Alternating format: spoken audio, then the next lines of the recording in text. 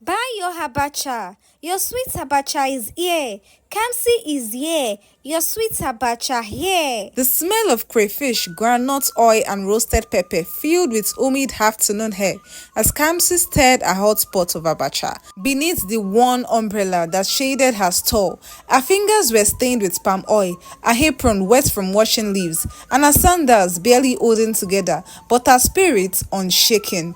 She had been selling African salad by that busy corner in Enugu for the past 5 years, from university dropouts to Okada riders, from market women to police officers. Everyone called her the Abacha Queen, not because her life was perfect, but because her food reminded people of home, of peace, of something honest. But that day, something changed.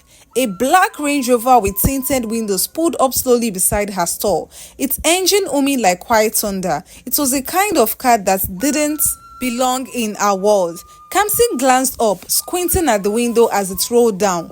A man stepped out, tall, well-groomed, dressed in a white kaftan so clean it looked like it had never touched dust.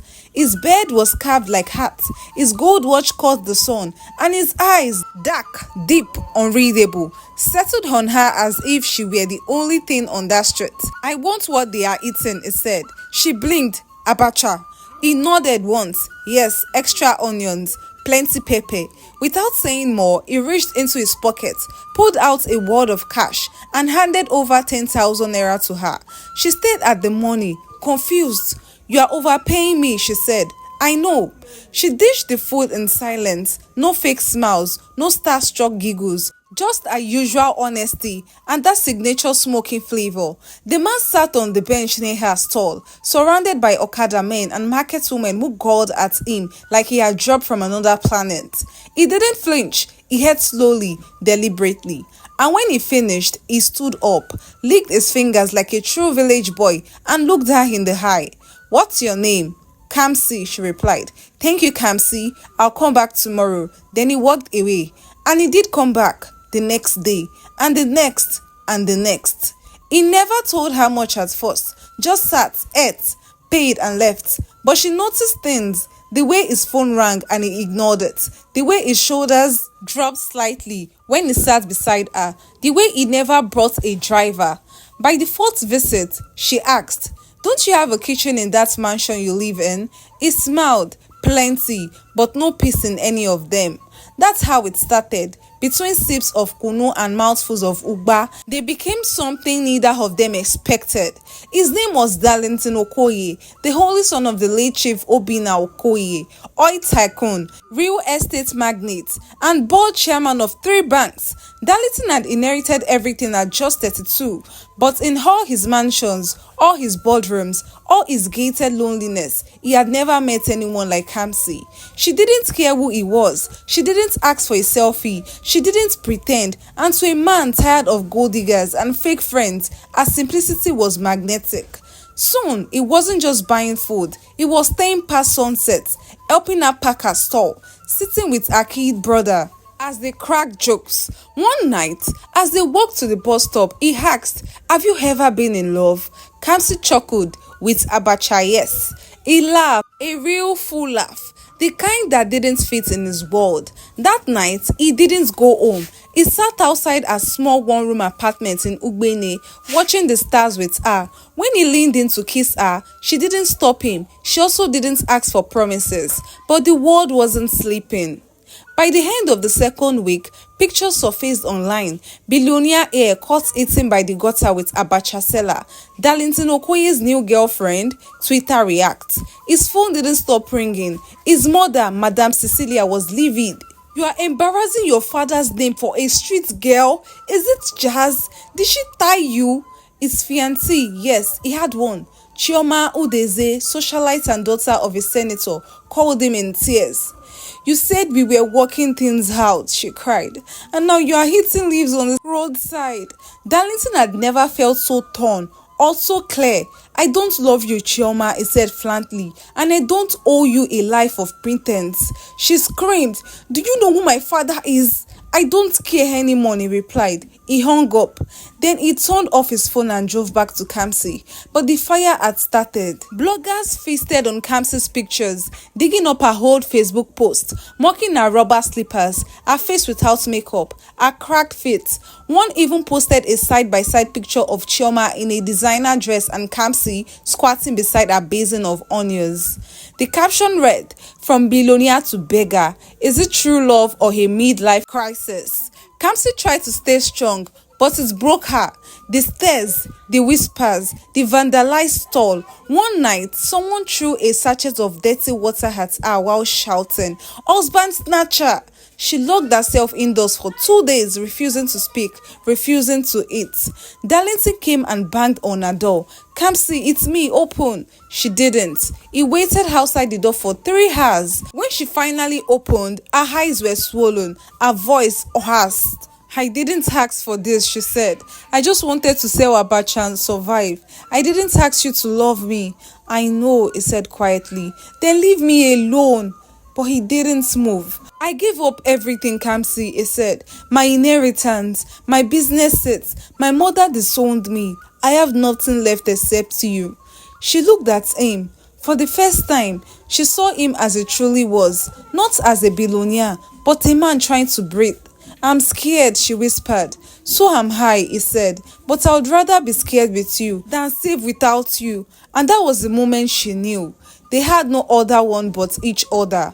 The wind was restless that morning. The sky had turned the color of wet cement and the clouds hung like secrets waiting to fall. Kamsi sat on her stool outside the rebuilt Abacha stall, staring the Ugba like her hand remembered peace. But her heart didn't. Customers came and went. She served them all with a polite smile, but her eyes never rose.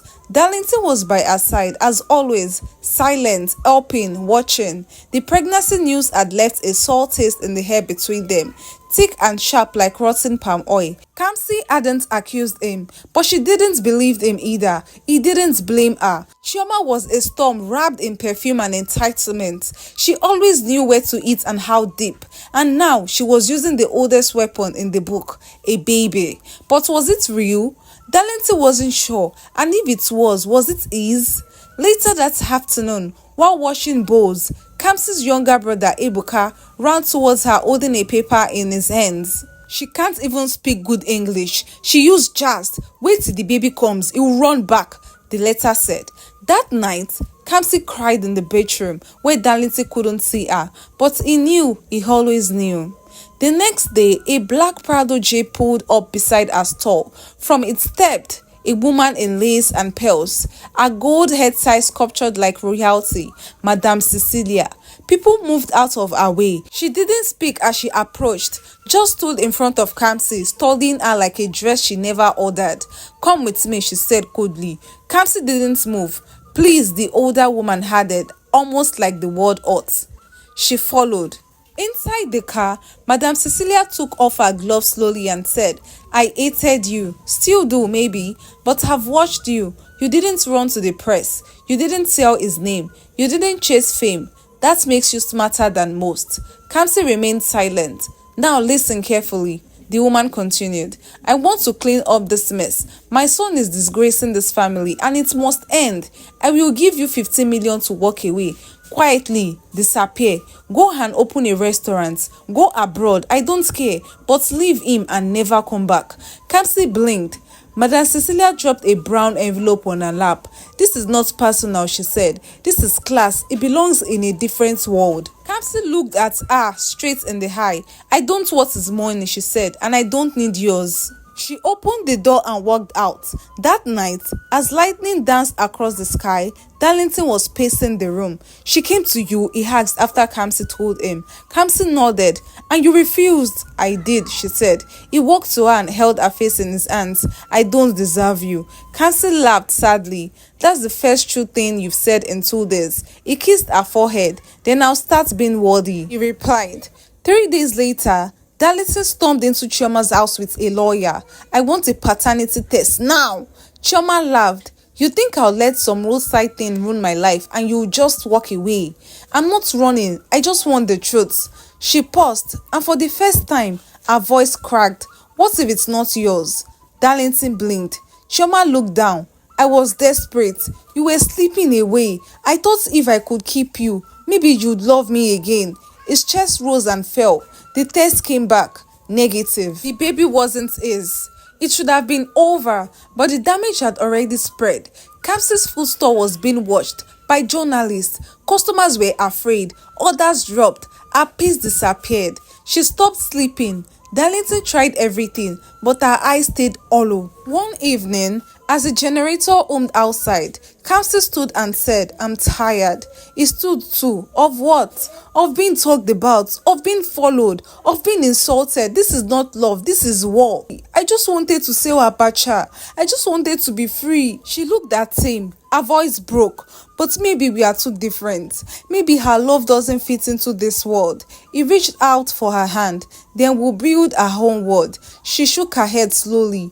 I need space, just for a while. She left that night with only a wrapper and a recipe. 3 months later, that's how long it had been since Kamsi walked away, since her slippers tapped the concrete floor of their one-room apartment for the last time, since the scent of smoked fish and sliced onions filled the room, since her voice hummed the old folk songs while she stirred the abacha. Darlington never turned on the generator again. The silence was louder now. He went back to his family mansion, not by choice, but because his savings had dried up, his bank cards had been blocked, business partners had withdrawn. His mother, Madam Cecilia, let him return, but not as a son, as a warning to the world. She moved him into the guest quarters. No driver, no staff, just a shell of the man he was before. But Darlington didn't care. Each night, he stared at the last photo he took of Kamsi, and laughing with Abacha beside the store, her apron covered in palm oil, her eyes holding more peace than his mansion ever had. He called her, no answer. He sent messages, unread. Still, he waited. Meanwhile, on a different end of Enugu, the smell of Abacha was rising again, but not from the street corner, from a small, newly painted entry with the sign, Kamsi's Pot, Taste of Truth. She had moved into a quiet area on the outskirts. No interviews, no drama, just food, peace and quiet work. Her brother Abacha helped serve customers. The community had no idea about her past with Darlington, just that she made the best abacha they've ever tasted. One night, after a long day, a woman in a designer glasses walked into the shop with her teenage daughter. We just moved here, the woman said. My daughter keeps talking about your food.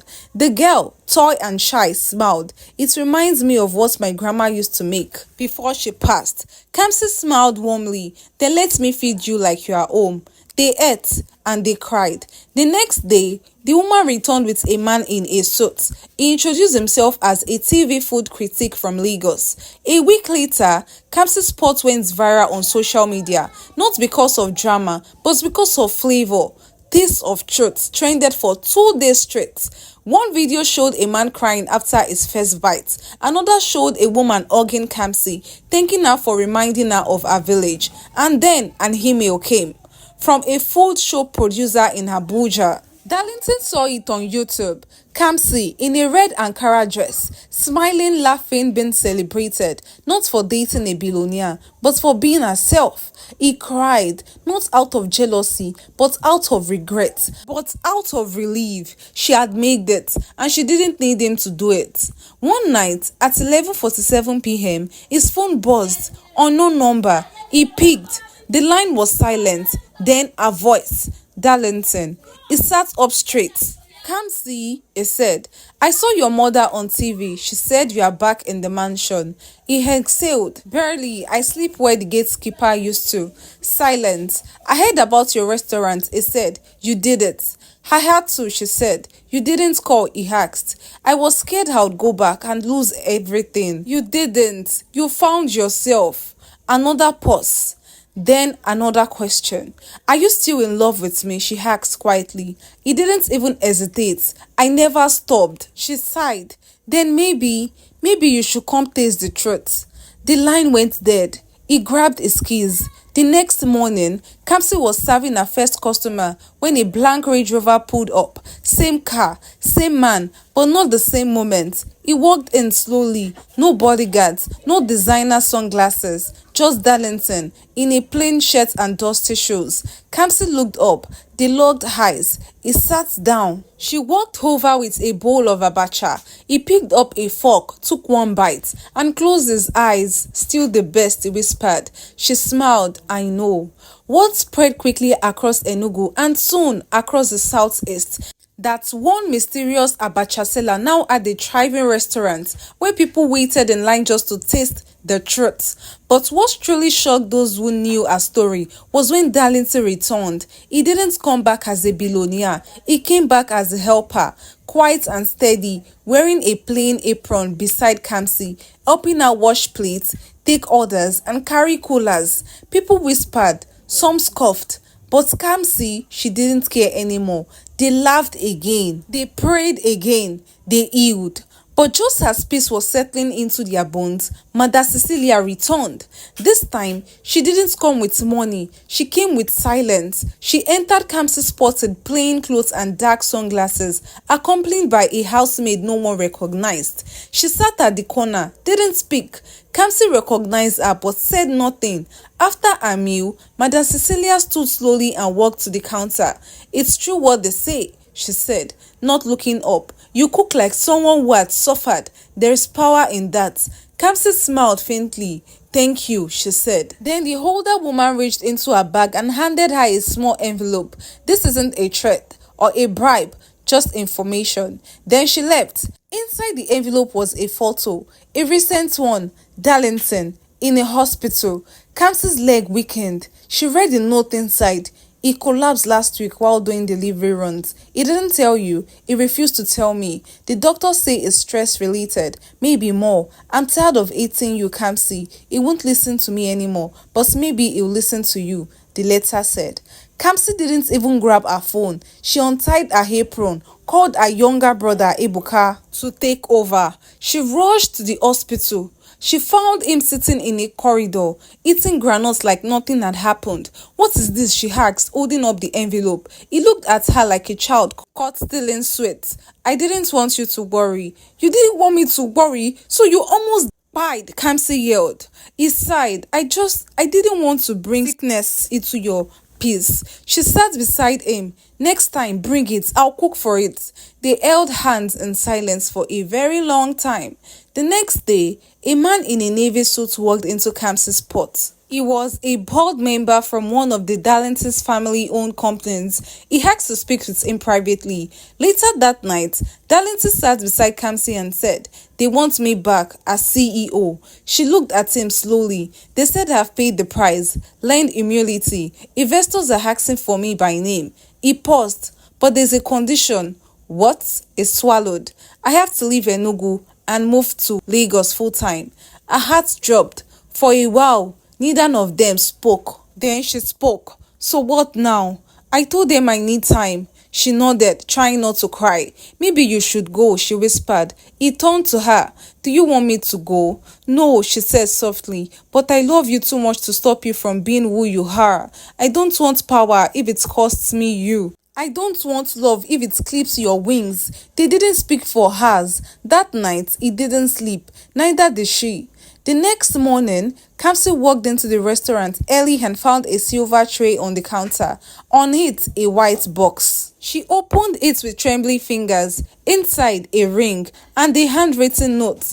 I walked away from my wealth once. I can do it again, but I can't walk away from you. Will you marry me, Kamsi? She turned. Darlington was standing behind her, nervous. Customers were already walking in. Her staff was watching from the kitchen. A woman recording from her phone whispered, "Oh my God!" But all Kamsi could see was the man who gave her peace. She ran into his arms. The restaurant burst into cheers. The sun over Enugu had never looked more golden. Palm trees swayed gently in the breeze. Birds danced above rooftops. And in a modest event center decorated with sunflowers, raffia mats, and woven baskets, a wedding unlike any the city had ever seen was about to take place. No imported chandeliers, no rented horses, no billionaire display of pride, just love, just truth. The woman once called just an Abacha seller was about to become Mrs. Kamsi Okoye. Guests were already seated, some with open mouths, still stunned that Darlington Okoye, the once untouchable heir to the Okoye empire, had not only chosen to marry a roadside vendor, but had chosen to do it on her terms. No Lagos venue, no socialite list, no red carpet, only those who mattered. Family, neighbors, and a few loyal friends, and over 100,000 online viewers watching via a quiet live stream someone had set up. Darlington stood at the altar, dressed in a simple agbada. His beard was neatly trimmed, but his hands shook. He wasn't nervous about marrying Kamsi. He was nervous about what was coming. Because 24 hours earlier, he had received a message. "I hope you are both ready to suffer. You ruined my name. Now I'll ruin your wedding," the letter said. Meanwhile, Kamsi was in the dressing room, surrounded by local women, helping her fix her gele and tuck in her gold beads. She wore a bright green Ankara dress with orange embroidery. Nothing borrowed, nothing foreign, but a smile that was royal. Until her friend Ifunaya ran in, holding a phone. "Kamsi, you need to see this." The screen showed a trending tweet. Throwback: Darlington's roadside bride once begged me for leftover food. Now she wants to act classy. Attached was a photo of Kamsi from 5 years ago, barefoot, holding a tray in the rain, soaked and tired. Chioma had leaked it just before the ceremony. The comments were vicious. "She looks like a housemaid. This is who he left Chioma for. She must be using jazz. Why is this even trending?" Kamsi's chest tightened. Suddenly, the memories returned. Being laughed at, insulted, humiliated, all the peace she had built rattled in one viral post. A tear slid down her cheek, but then another hand touched hers. Her mother, her voice firm. "My daughter, this is what happens when poor people rise. Let them talk. Your story is not a shame. It's a testimony." Kamsi wiped her eyes. She nodded. She stood, and she walked out to the crowd, waiting, every step firmer than the last. Darlington saw her walking down the aisle and forgot how to breathe. She looked like a queen without needing a crown. As she got to him, she whispered, "They are dragging me online." He took her hand. "Then let's give them something they'll never forget." Just before the officiating elder began, Darlington turned to him. "I want to speak first," he said. The elder nodded, confused. Darlington turned to the guest, his voice strong. "My name is Darlington Okoye. You know me as a billionaire, but I lost my peace and wealth, and I found it in a woman who sold Abacha beside a gutter." Gaps rippled. But this morning, someone tried to shame her again with her past, with her struggle. He paused, voice tightening. "Well, let me shame myself too." He took out his phone and pulled up a photo. Him in rehab years ago. Broken, addicted to prescription drugs, alone. He showed it to the screen. "This was me before Kamsi. No one posted that." He looked at her. "You gave me breath, not just love. You fed my soul, not just my stomach. If people want to mock your struggle, let them, because today I marry a warrior." Then he stepped aside. Everyone turned to Kamsi. She took the mic. Her voice calm. "I used to be ashamed of where I came from before. I used to hide my pain behind Pepe and Pomo, but not anymore." She looked into the camera. "To every girl out there who is selling on the streets, who thinks she's not enough, who thinks she must bleach or change to be loved, this is for you. You are not invisible. You are not less. You are not small." People stood. Some cried. Some screamed. The elder raised his hands. "Then let us see what heaven already approves." Vows were exchanged, rings were slipped on, and as Darlington kissed her, the sun pushed through the clouds like a blessing. Later, during the reception, reporters begged for interviews, but she refused. But a young girl walked up to her, shyly, and asked, "Auntie, how did you know he was the one?" Kamsi smiled. "He came for Abacha, but stayed for my heart." The end. Thank you so much for watching the story. Please do not forget to like this video. Tell me what you feel about the story in the comment section. I'll make sure to reply everyone. Please do not forget to subscribe to this channel for more stories like this. And please kindly tap on the notification bell so every time I post a new story, you are going to be notified about it. Thank you so much. And please let's discuss in the comment section what you think about this story. Please do not forget to subscribe, turn up the notification bell, like and comment. Thank you so much, and see you guys on my next story.